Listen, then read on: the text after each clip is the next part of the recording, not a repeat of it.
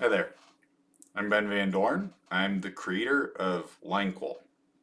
LanQL is kind of a cool thing. LanQL stands for Language is Query Language.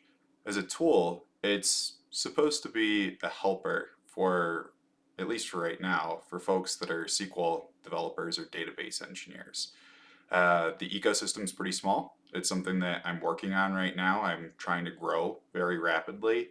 But at the moment, LanQL is a tool that supports being able to connect to local SQL Server on Windows with Windows Login and PostgreSQL on Windows. Yes, that's kind of limited, and I'm trying very hard to be able to expand that so that you can use it on other devices and so that you might be able to expand to other types of data sets or databases.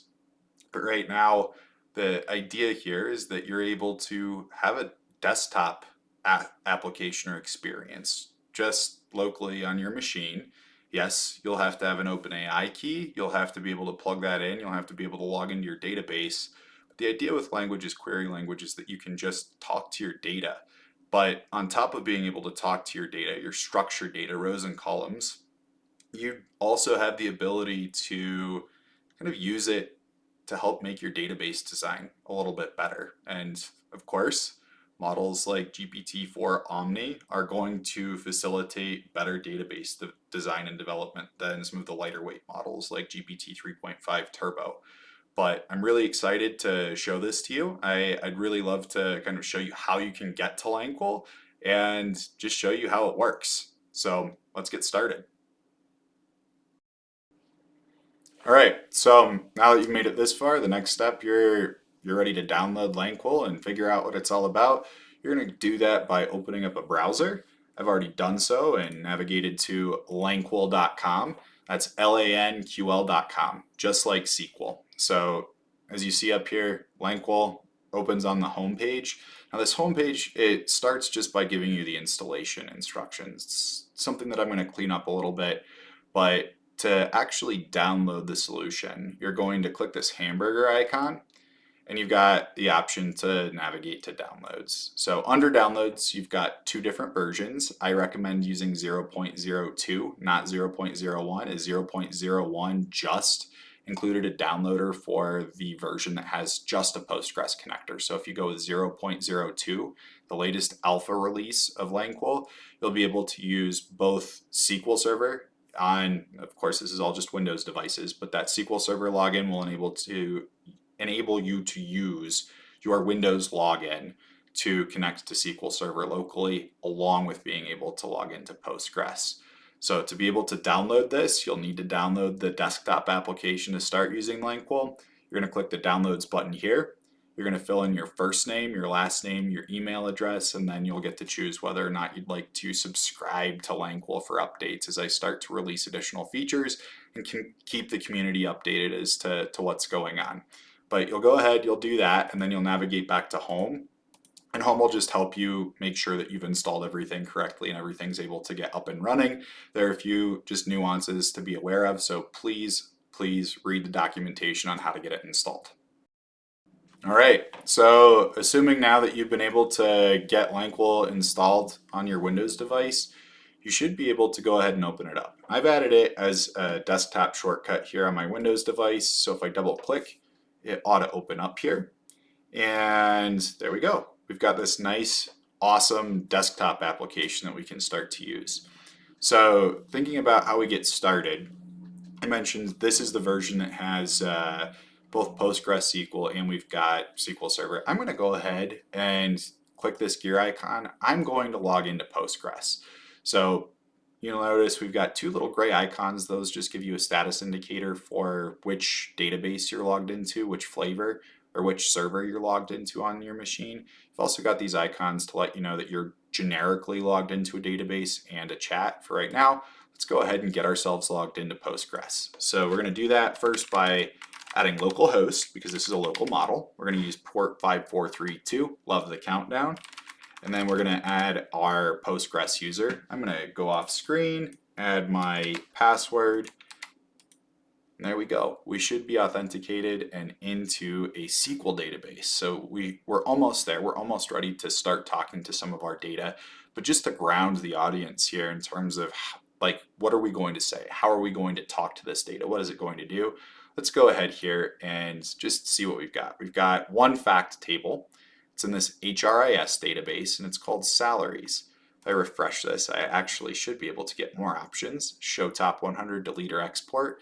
I'm not going to delete or export anything right now. I just want to see the top 100 salaries for this table. Now, I'm assuming at this point you've already got something loaded that you've got data in your Postgres or your SQL Server instance that you want to talk to. So I'm just showing this to have kind of a generic example that we're able to go through. This data, I've added it from Kaggle, from a competition where they had HR and compensation data for different employees in the city of San Francisco. And that's what we're looking at here right now. Just kind of a sample data set that they provided. But I can't quite talk to it yet because I haven't authenticated into the OpenAI service.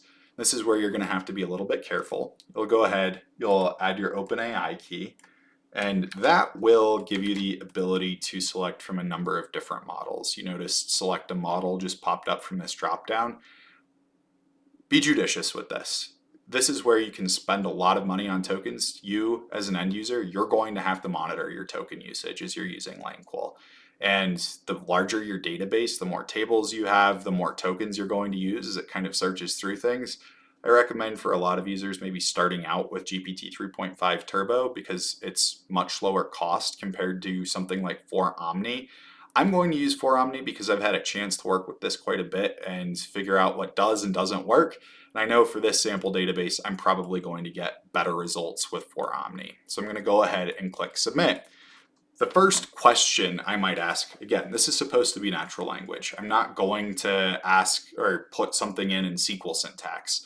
I'm just going to ask a generic question that's related to the salary data that we have right here. I know that because this comes from the city of San Francisco, I should be able to ask some questions about generic civil servant types of positions, something like a police officer. That's probably a good place to start. So let's just ask, what is the average salary of a police officer? So this loader bar is telling you that it's exposing your database to the OpenAI service and it's searching through. So hopefully we're able to get an answer here that gives you an actual dollar value. It's going to respond in natural language without you having to go kind of scour your database or scour the different tables to find an answer.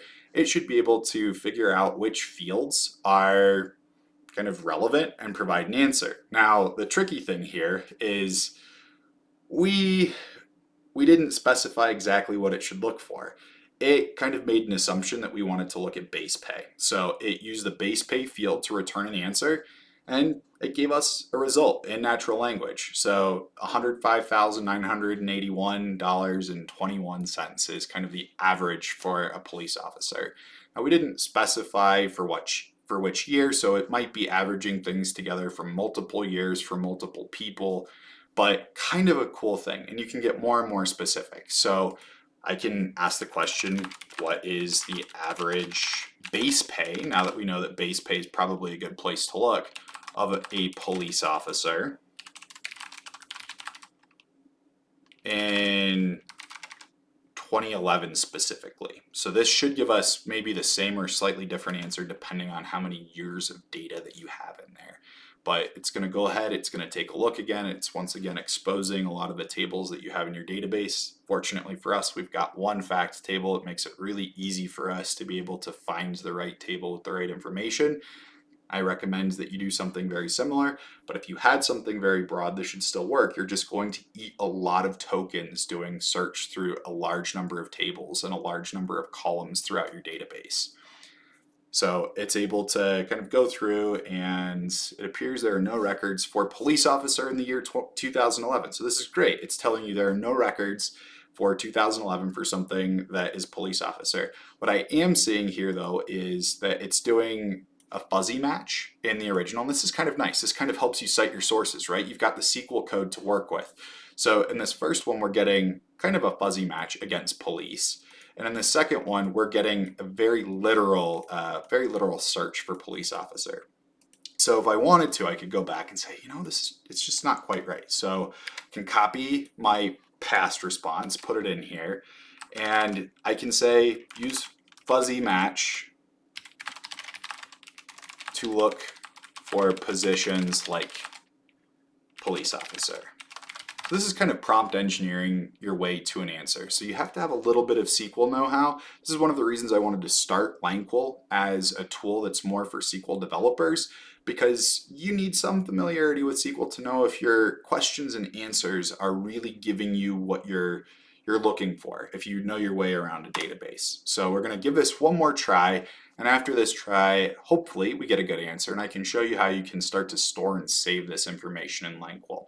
But again, this is connected to Postgres, so as I save this information, I'm not saving it to just some random database that's in LanQL. LanQL is not the database. LanQL is just a natural language query layer for you to be able to talk to your SQL tables in Postgres or SQL Server for now.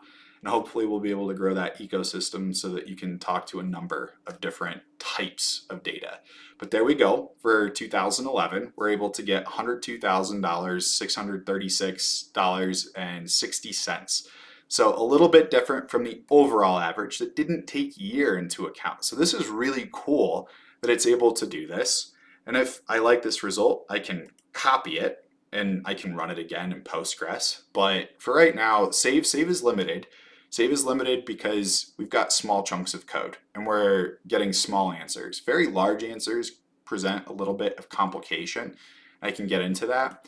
But for now, I kind of want to save this as a view. So I'm going to save it. I know that my database name here is HRIS. I've got an option to save it as a table or a view. I don't want to make my fact and dimension tables that we see here on the left-hand side messy. I just want to populate my views. So we're going to add one. We're going to call this Police Pay 2011. And I should click save, and it should successfully save. If I go and refresh, there it is. And if I go ahead and click show top 100, I've got that same answer. Right now it's just in decimal form. So really cool. But I mentioned that there are some of these more complicated edge cases.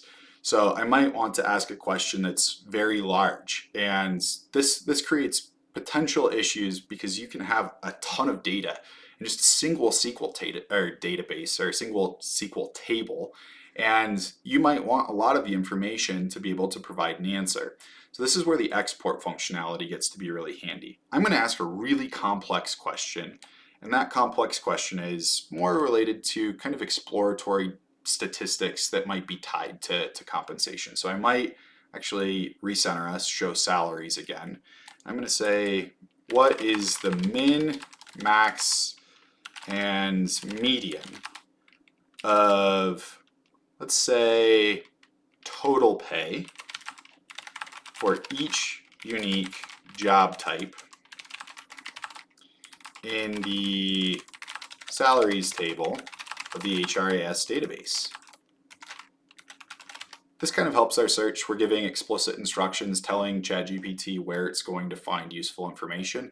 Kind of another pro tip there for being able to generate really useful queries using natural language. But we're going to go ahead and let that one run. This one's probably going to take a minute.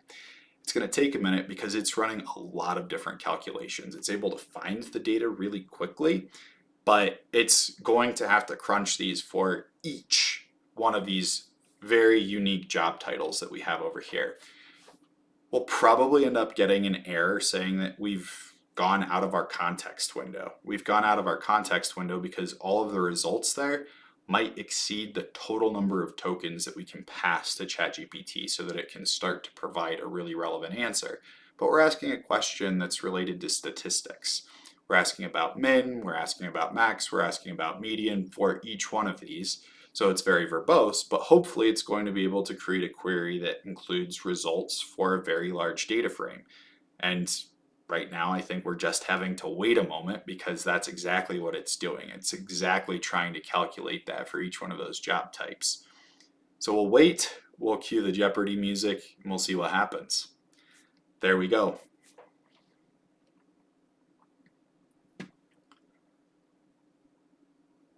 So it's it's actually surprising me a little bit. It's showing us the top 10. And what we could do here is be a little bit more specific in what we wanted to do. I'm not going to do that for right now. Once again, I can save this as a data frame if I really want to, but I've also got this really nice sort of chunk of information that tells me some useful things about some of the top results, but right now it's alphabetized. So a little bit wrong in terms of how it's saved. Be specific, tell it that you want it to save something as a data frame or give you all of the results, not just the top N, and then you should be able to store and save those results. But for right now, just to kind of give you a flavor for what that looks like, once again, I'll go ahead and click save. This time we're going to say top 10, and in those top 10 positions, we're looking at min, max, median pay. Kind of a long query name, but fortunately we can delete these if we don't like the results. So it's going to go ahead and save that. We're going to refresh and we're going to show just the top 100. And there you go. You've got your results. So really cool. And once again, I can delete this. I don't like those results, but I can go ahead and delete. Can also just copy paste these things into Postgres or into SQL and run them natively if I want to be able to get more. It gives you some flexibility. You can change that limit to anything that you'd like. Really powerful tool here that you've got with LanQL though, and I'm really excited to be able to share it with the community.